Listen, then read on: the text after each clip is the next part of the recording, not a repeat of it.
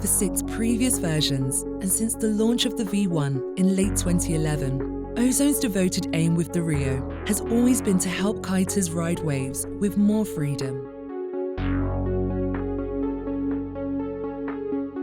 The all-new Reo is available in 2 models, the V7 and the V7 Ultra X, but both share the same fundamental design principles on which the original Reo was built.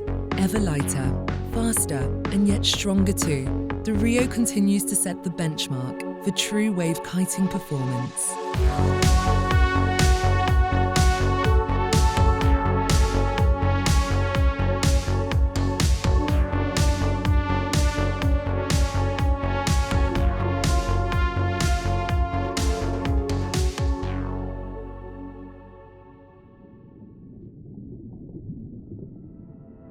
So before we developed the first Reo over 10 years ago, fast-turning sea kites were commonly used for wave riding.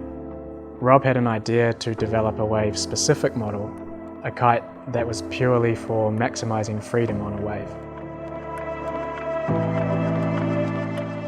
Low aspect or a medium aspect bridled kite, and that changed everything.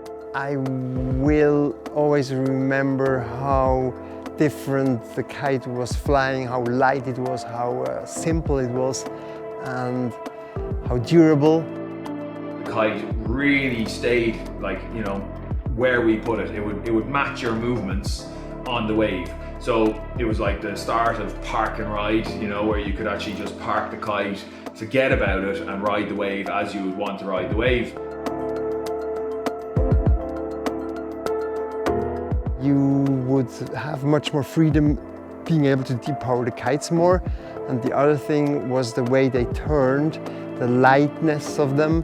It turned tip to tip, it drifted well down the line with you, it matched your movement, it matched the speed of the wave very well. There was never a wave that was too fast.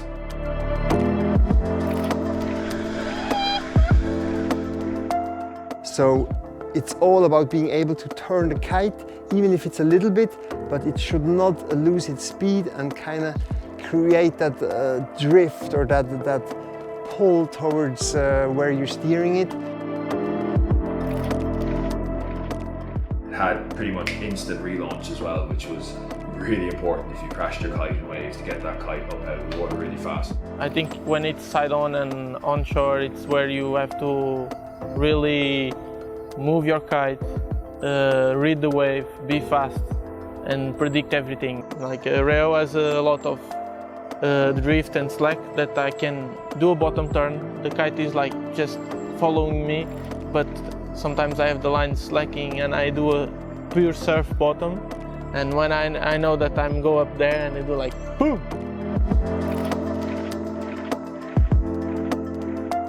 And the line slack again and I'm full on again for another bottom turn. And that movement of the kite, when you loop and stuff and you do it perfectly, I think it's a really good feeling that you are controlling every element around you.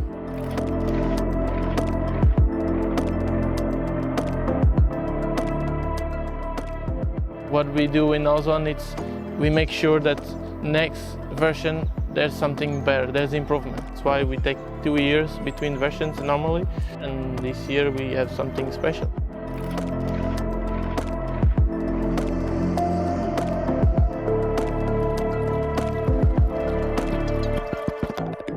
For the 7th version of the Reo, we decided to release the design in 2 versions.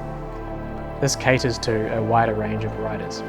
During the development over the last few years, we have been trialling many new and lighter weight materials.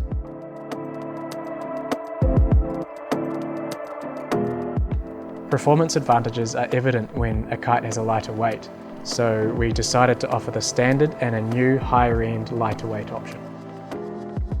The Reo V7 is for any dedicated wave rider.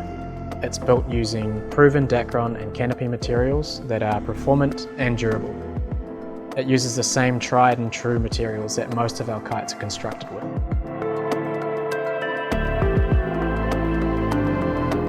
The Reo V7 Ultra X is for riders looking for maximum performance. It is built using lighter weight Dacron and canopy materials, resulting in true performance advantages. especially in a wave kite where weight is super important. It also has a couple of other performance tweaks such as low drag and lighter weight bridles.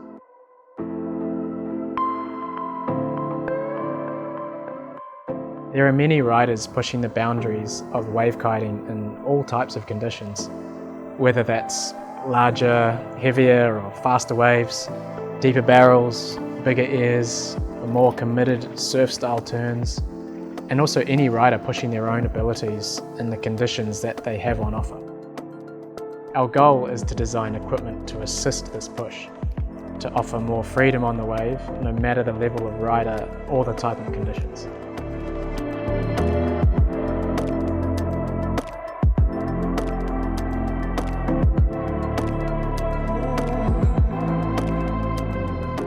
What makes the Reo easy to use? I think number one is the reliability of it. The amount of times I've wiped out or I've done a really late turn on a wave and the kite is just sitting there asking for its next order. It's always consistent with what it's giving you, whether it's easy in and out power or tip to tip turning or quick relaunch. I remember well the first time I put my hands on the Reo. It was actually the first Reo that came out, the V1 in 2011. And I think the Reo was really the benchmark in wave kites, and it still is.